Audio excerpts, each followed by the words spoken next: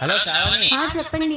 రేఖ చాలా కోపంతో ఉందనుకుంటా. మీ డాడీ మాట వింటుందో లేదో? మీకెలా తెలుసండి? ఇప్పుడే కార్తీక్ చాలా భయంగా ఇంటికి వెళ్ళింది. అవునా? నువ్వు కూడా కార్తీక్ వాళ్ళ ఇంటికి వెళ్తే బెస్ట్ ఏమో. మీ డాడీకి సపోర్ట్ ఉంటది కదా. ఏం అవసరం లేదండి, రేఖ తప్పకుండా ఒప్పుకుంటుంది. డాడీ తోటి ఇంటికి వస్తుంది. అంత స్ట్రాంగ్ గా చెప్తున్నావు శ్రావణి. ఆల్రెడీ తను ఎవరి మాట అయితే వింటుందో తనని అక్కడ పంపించాయండి. మొత్తం అయిపోయాక నేను డైరెక్ట్ గా మా ఇంటికి వెళ్తాను. అవునా? ఎవరు తను?